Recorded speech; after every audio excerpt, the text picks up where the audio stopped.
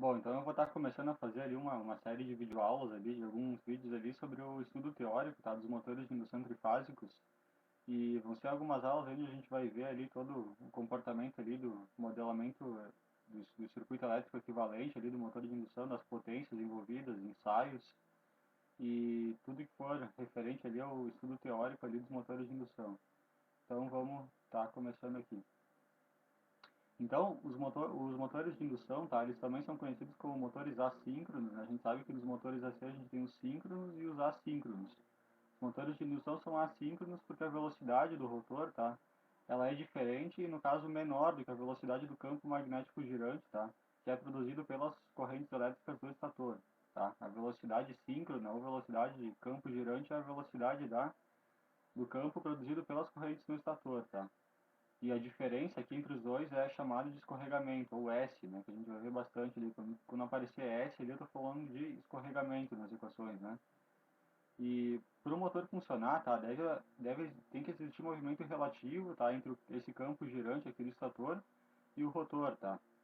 Justamente é o que essa expressão aqui está nos dizendo, tá. Ela é derivada lá da lei de Faraday, tá. Ela é uma expressão que deriva de lá para os motores, né, para as máquinas rotativas. Ela me diz que que a tensão induzida depende de uma velocidade, de um B e o L, né, que é um comprimento aqui. Esse V aqui, ele é a velocidade relativa, tá? É a velocidade em relação do rotor em relação ao campo girante, ou seja, o movimento relativo. Se a velocidade do rotor fosse igual ao do campo girante, não haveria movimento relativo. Esse V aqui seria zero e não haveria tensão induzida. Então é preciso que haja, né, essa diferença de velocidades aqui para o motor funcionar. O estator dos motores síncronos, tá?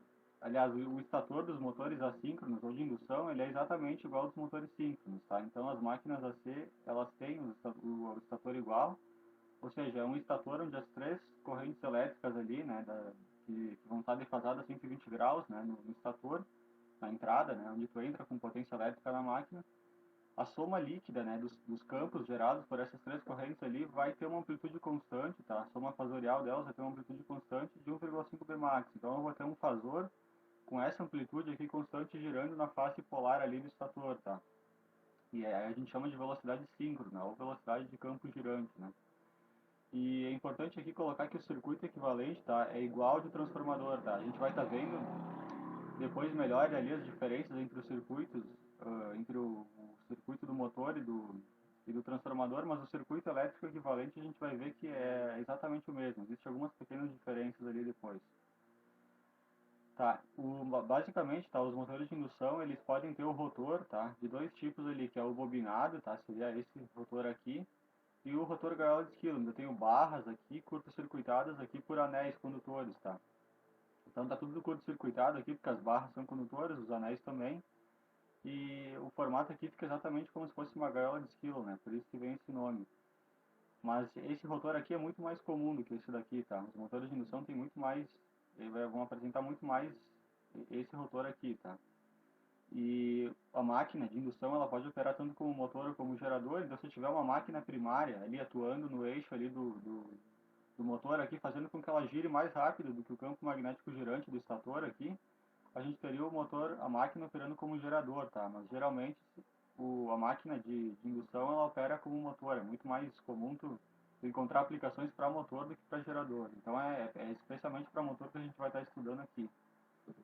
O funcionamento está, como eu já falei antes, ali, semelhante de um transformador, exceto que no transformador não ocorre conversão eletromecânica de energia, tá? Já no motor, sim. Mas o circuito equivalente é exatamente o mesmo, tá? E a gente vai estar vendo melhor depois algumas diferenças.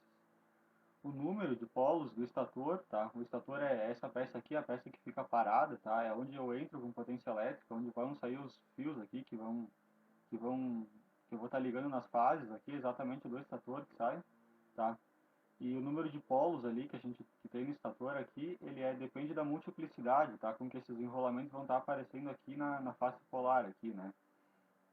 E depois a gente vai estar vendo, né? Mas tudo que tiver referenciado, tá? Especialmente o circuito que a gente vai estar estudando numa outra aula ali, tudo que estiver referenciado pelo lado do estator deverá estar de acordo com a frequência, tá, da tensão ali, das correntes que a gente aplica no estator, tá? É uma informação importante, a gente vai estar vendo melhor isso depois, tá? Em relação ao rotor, tá, a onda de fluxo magnético criada pela corrente, tá, no rotor, porque eu vou ter o campo girante aqui, eu vou ter o rotor girando aqui numa velocidade menor, logo eu vou ter uma tensão induzida, tá, no rotor. Vou ter uma tensão induzida aqui por causa dessa diferença de velocidade, né? E vou ter uma corrente elétrica que vai estar circulando aqui nas barras aqui, né? Do estator aqui, aliás, do rotor, ou no enrolamento aqui bobinado, se for do tipo bobinado aqui do rotor. Então essa corrente elétrica que vai estar circulando aqui, ela vai estar interagindo com o campo do... Ela vai estar produzindo um campo magnético dela e vai estar interagindo com o campo do líquido, né? Que eu falei aqui de 1,5 Bmax que vai ter no estator. Logo, vai ser possível que haja um movimento, né, do rotor pela interação desses dois campos, tá? Então, em relação ao rotor, tá, a onda de fluxo magnético criado pela corrente no rotor gira com essa velocidade aqui, né, S, que é o escorregamento, vezes a velocidade síncrona, que depois a gente vai estar vendo a expressão ali para calcular a velocidade síncrona, tá? Velocidade síncrona em RPM aqui, né, quando for N. E o rotor, tá, vamos dizer que ele vai estar girando uma determinada velocidade, que é a velocidade no eixo, tá? E então, em relação ao estator, a onda de fluxo magnético criado pela corrente no rotor vai estar girando então com a soma das duas velocidades aqui, a velocidade do eixo, tá? Porque o eixo está acoplado ali no rotor, né, obviamente, mais a velocidade ali do fluxo, né, que vai ser também, a gente vai ver ali que depende também da frequência das correntes no rotor ali. Então, se eu somar essas duas velocidades aqui, que é a própria velocidade síncrona, tá? Que é a velocidade do campo girante aqui, eu vou ter essa expressão aqui, tá? E a interação entre o campo girante do estator e do rotor é que vai produzir o torque, tá? Que vai sustentar a rotação da máquina. Algumas condições extremas aqui, tá? Por exemplo, se, se a velocidade do rotor fosse igual ao do campo, uma situação que nunca vai acontecer para um motor de indução, tá? Mas se fosse igual, como eu falei antes lá, né? A tensão induzida no rotor seria zero, tá? E porque não existiria movimento relativo entre os dois. Então, a tensão induzida seria zero, a frequência também seria zero, né, das correntes no rotor, porque justamente não haveria corrente no rotor. E o escorregamento seria zero, né, não haveria escorregamento, as duas velocidades seriam iguais. Eu teria como se fosse um motor síncrono aqui, né. E só que para um projeto do motor de indução isso aqui não funcionaria, tá? Não tem como acontecer. E se a velocidade do rotor é igual a zero, né? Ou seja, eu estou com o rotor bloqueado, eu vou ter o escorregamento máximo, vou ter a máxima tensão induzida, tá? Porque a velocidade relativa agora entre os dois é a máxima. E a frequência, tá, das tensões de correntes no estator seria exatamente a frequência das tensões de correntes induzidas no rotor, tá? Então, a velocidade do rotor vai influenciar diretamente na tensão, tá? Se tiver uma velocidade ali, se estiver variando a velocidade, a gente vai ver que isso aqui tudo vai estar variando, frequência, tensão induzida, escorregamento, tudo vai estar variando, tá? Então a velocidade influencia na tensão, corrente, frequência, tá? E impedância do rotor, tá? Tensão induzida, corrente induzida, frequência das correntes induzidas e vai estar alterando também o escorregamento, né? Porque o escorregamento é proporcional, então, à velocidade, né? A diferença das velocidades entre o campo, né? Velocidade do campo girante e a velocidade do rotor. A primeira condição nunca ocorrerá, tá? Essa condição aqui eu já falei aqui, né? Que isso aqui não tem como acontecer. E a segunda condição é a de rotor bloqueado, tá? Se tivesse o rotor parado. Então aqui a gente tem algumas fórmulas básicas, tá?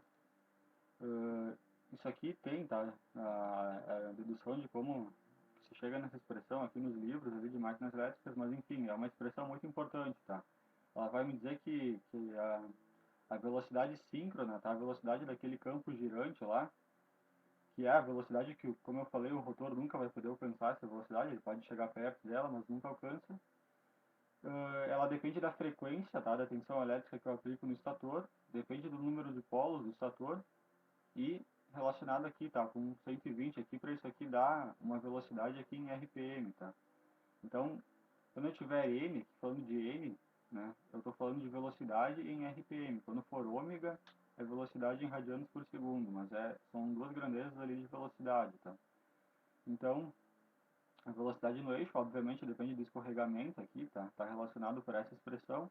Eu calculo a velocidade síncrona, tá? Ou podia ser ômega síncrona aqui também, através dessa expressão aqui, tá? E aí depois eu posso calcular, tá? Posso estar encontrando a velocidade do eixo aqui, se eu souber o escorregamento, né? Ou encontrar o escorregamento se eu souber a velocidade do eixo. E a frequência, tá? Das correntes e tensões do rotor vão depender do escorregamento, tá? Vão estar relacionados com essa expressão aqui. Eu pego a frequência elétrica ali da tensão do estator, multiplico pelo escorregamento e vou ter a frequência ali das tensões e correntes no rotor, tá? Então na próxima aula ali a gente vai continuar com o estudo do circuito equivalente ali do motor de indução. E é isso aí, até a próxima.